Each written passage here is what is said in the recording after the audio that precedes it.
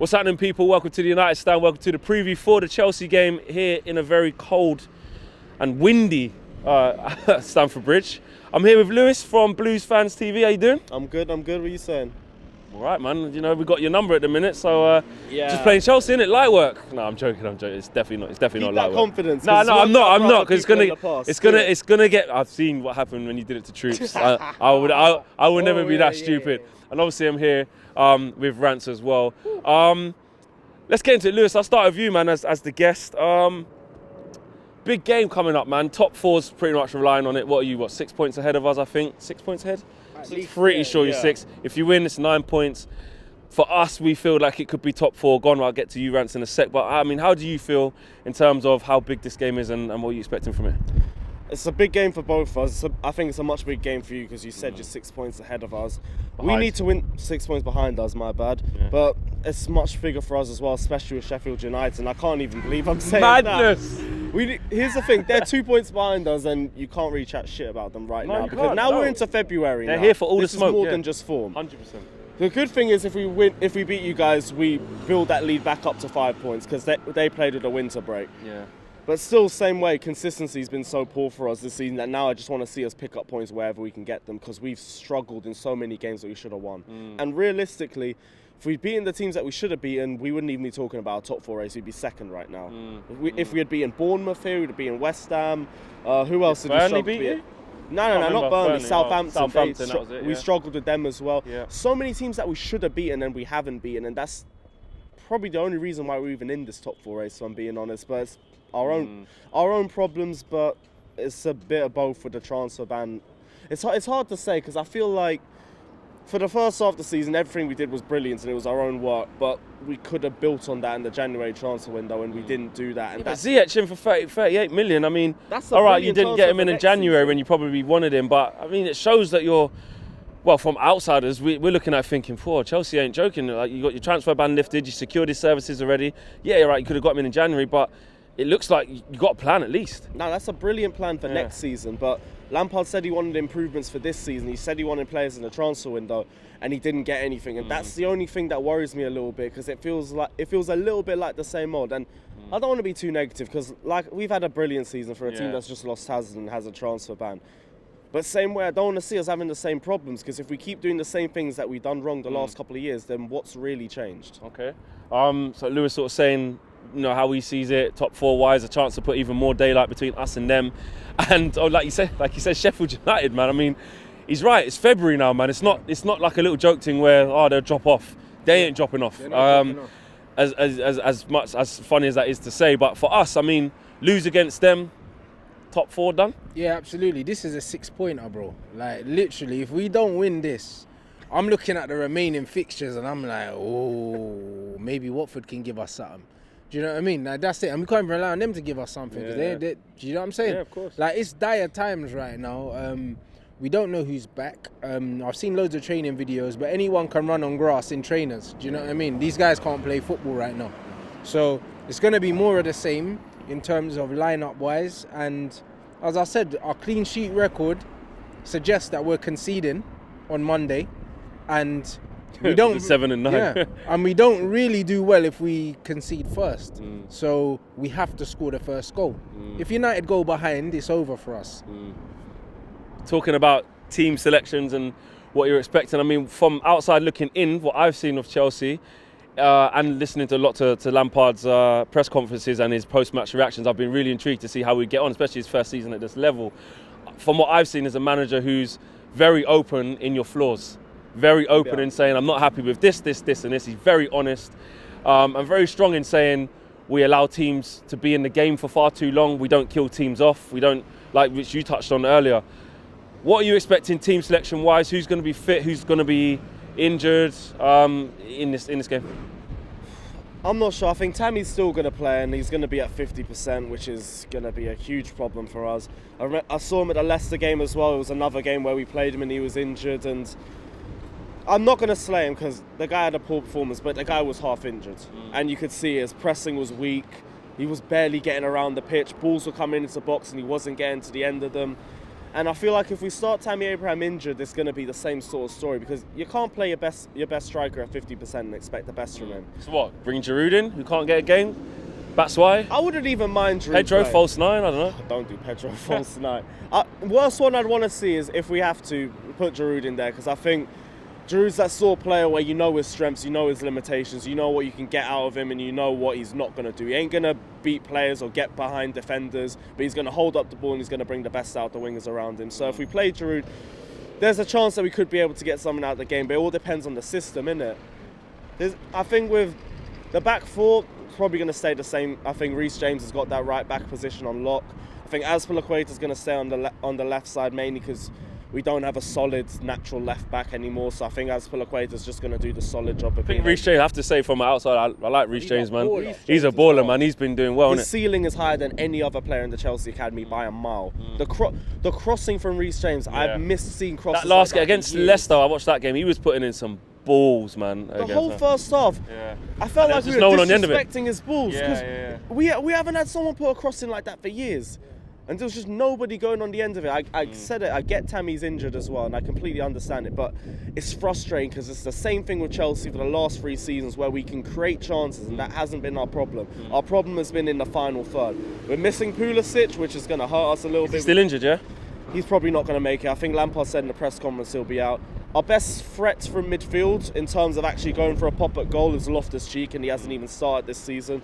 So there's a lot of holes in this Chelsea side still. There's still the ability to get at you and the ability to create chances. It's just we don't make the most of our chances. It just gets frustrating. Okay, so look, he's put a lot of, gave us a lot of reason for some confidence there. Because that's been weird with this one, isn't it? I mean, we know as United fans how bad we've been this season.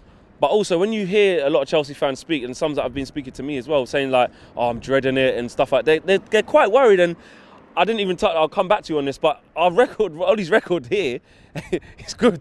He's won twice. He's won twice here, but the funny thing is, with both of us, I've never seen 2 teams yet as disillusioned with their not their managers, but like how the team is just performing in general, isn't it?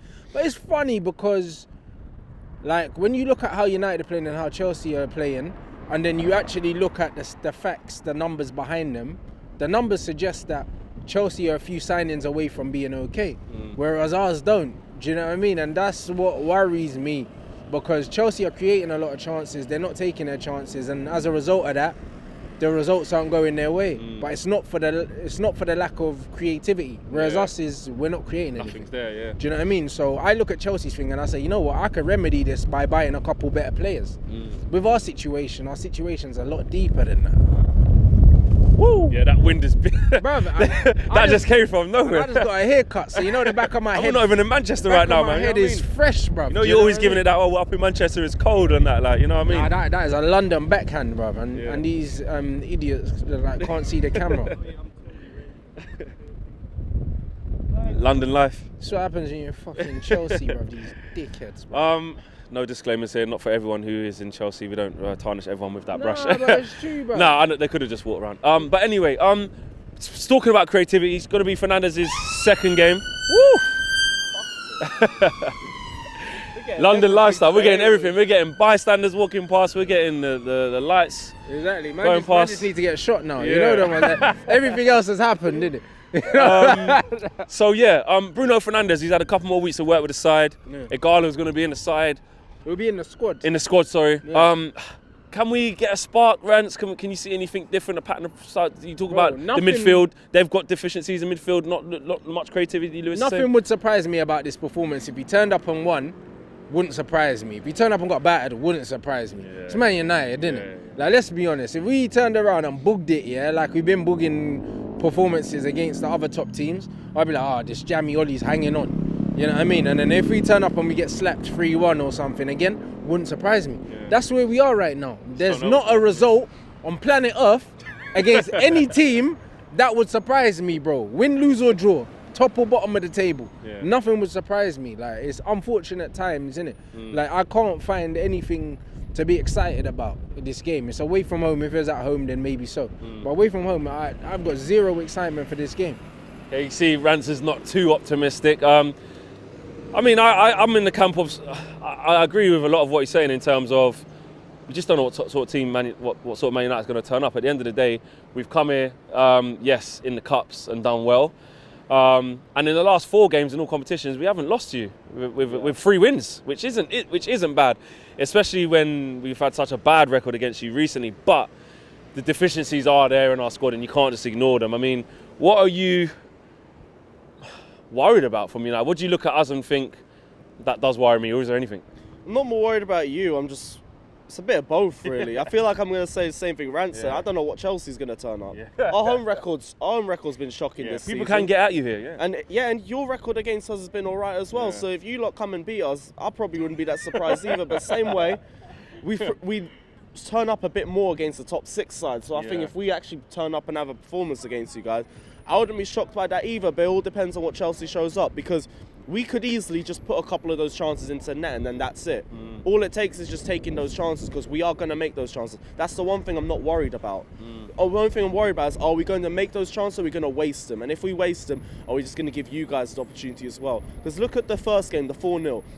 It's not going to be anything like that again. No. But that game shows exactly what you lot can do to us. You lot are a counter-attacking team. You lot are going to defend deep and try and hit us on the break. We can't really deal with that. We don't really like playing defensive teams that are going to sit deep and try and ask questions of us, which is why I'm walking into this game. It's like anything can really happen. We could go and get a win. We could go and lose. Hell, it could be a draw. Before we move on to the last bit of this preview, I've got to ask you about Kante as a Chelsea fan. A lot of people saying that he's not past it, but saying he's not the same player anymore. Has Lampard maybe done something to him? Is it a change of position that's done him over from last season and he had to readapt? From a Chelsea fan point of view, is he the same player, or are people just overreacting? Is Kante the same? I don't know. Talk to me about him. I think people are overreacting a bit. I can't lie. Here's the thing. You said Fred was better than him. Finished, Kante's finished, bruv. Like, I know he got an injury. He's done now, bruv. No. Here's the thing with Kante.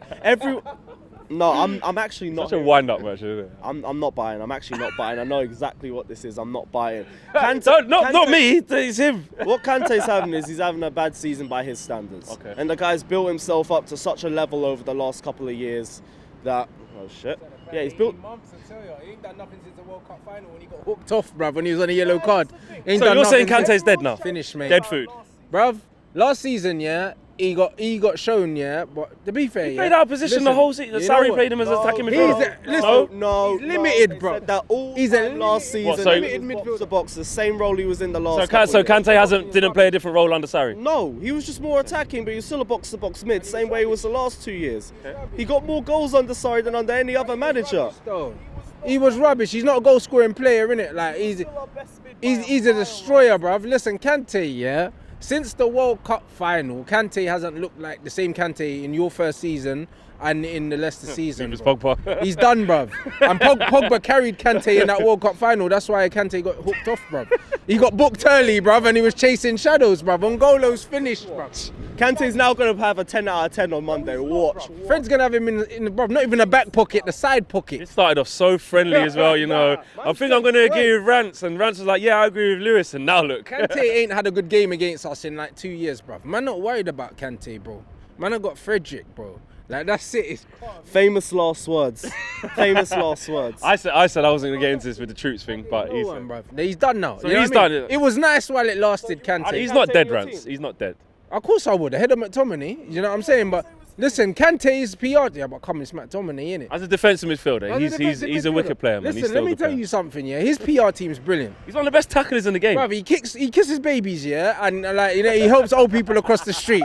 So now everyone loves this geezer, innit? He might go to your house and watch a match of the day, play PlayStation, but really, he ain't done nothing in 2 years. That's just the reality, innit? And you're not having none of that now. Is that just a... Kante in a knee brace, fasting for Ramadan, left Herrera in tears in the Europa League final. So I believe in Kante's source still. Okay, let us know what you lot think. Obviously, we are on the United stand, but take your United hat off for a second. Do you agree with Lewis? Obviously he's a Chelsea fan, but is Rance not putting enough respect on Kante's name, or does Rance have a point? Is he dead food out here? Is he finished now? Is he washed up? Was it only a 2 year spell? I personally think I don't know. I think the smiles on his face. I think Kante's still a wicked player. I think he has dipped off. I think he has dipped off. Will tell you, if you pull out the stats, they don't look too good for N'Golo, bruv. I tell you what, bruv. Do you know what I mean? And that's just what it is. He has set himself astronomically higher standards. Yeah. To his highest standards, to me, I think he's past his best. I'm not saying he's rubbish, but I'm saying his best days are behind him. Would you agree with that statement more so?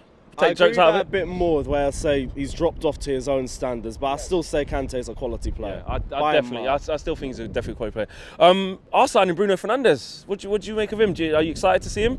See what he can do? Do you think that there's much ado about nothing with him? Where do you stand? I'm going to say I ain't seen a lot of him yet, but from what I've heard over the last game or so he's been with you guys, he's been promising, so I'm not going to say he's But even, obviously, I know he's only played one time for United, but in general, I mean, the stock that he has, or perceived, you've been saying that you need more creativity in your side, and that's a player that'll give it to you, so it's there to succeed. I'm really interested to see how he plays on Monday. With how you lot set up a midfield, are you likely to go with the three? What would that be? Kante, Jorginho? Kante, Jorginho, probably Kovacic as well. I think that's our strongest Barkley's midfield. in the bad books? Barkley's always been in the bad books. I can't even lie about him. The only good thing is we'll sell him for profit because he was only 15 million. Yeah. But the only issue with that midfield is there ain't really a goal threat, but we've spoken about that before. It all just depends on if we take our chances. That midfield will make chances and they'll keep churning them out. We just need to put them in the net. Okay. And Rance, with how we approach the game, what? 5 at the back again, or do we go with the 3, Bruno Fernandes in at 10, with McTominay back maybe, or do we just go Pereira in at 10? What are you thinking? Pereira doesn't play, okay? I don't know if we go for a 5 at the back. I think Oli will go for a 4 because, like Chelsea, like as much as I expect Chelsea to beat us, I just don't think we should respect them enough to play 5 at the back. I just don't think we should do it. I think we should go for it. And if we lose trying to beat Chelsea, then we lose trying to beat Chelsea.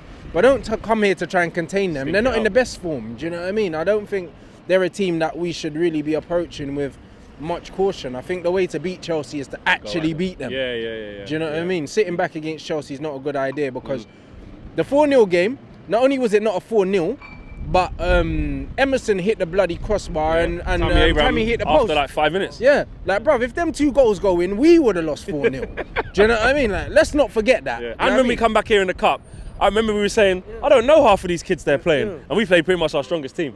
So. But that's it. And even that 4-0 game, bruv, I came out gassing it, bruv. But in the back of my mind, I was like, bruv. Why did I do that? Bro, like, even when we were 4-0 up, I wasn't comfortable. Because they still had all the ball. Do you know what I mean? So, like, I just think that we have to go and actually go at them. Because if we allow them to play in front of us, they're not going to keep hitting the bar and the post. One of them will go in. Okay. If we're coming from behind, we've shown we're not the team to do that. Okay, to finish off, prediction time.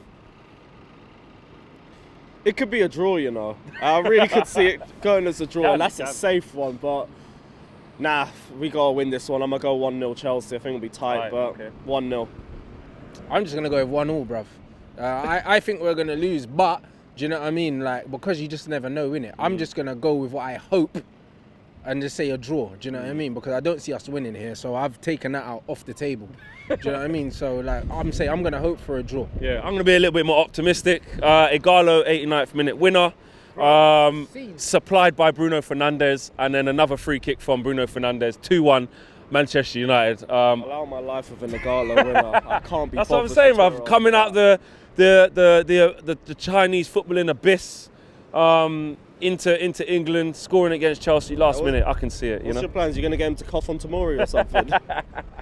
None of that, mate. Listen, it's a serious thing. I'm not going to do a Dele Alli and embarrass myself and make fun of the coronavirus. Yeah, I'm not going to do that. No. Dele Alli was low-key racist. That was the difference. Awful. Not even low-key. That was bad. But anyway, drop your views in the comments in the boxes below. Make sure you guys subscribe to Blues Fans TV. We're going to drop that in the comments in the section below. You can make sure you click on that, so you can go follow these Wallies and find out what Chelsea are up to with their manager. 200k, so don't forget to like and subscribe. Oh, so you're nearly there, yeah? Okay. Very close, very close. Well, when I lost him in United, it's going to make a lot of people flock to the channel to see the fan cam reactions and people. No. Contrary to what most of them lot think about us, we actually do better when we win. So so do all of us. Do you know what I mean? It's a myth that we do better when we lose. To be honest. Exactly. All right, guys, we're out of here. Peace. Big thank you to you guys for watching the latest of our videos. And if you want to check out more, make sure you do that just to the right of me. We are the biggest and best Manchester United channel in the world. Make sure you check us out on all of the socials as well. Facebook, Instagram, Twitter, and YouTube. The socials are along the bottom. Peace.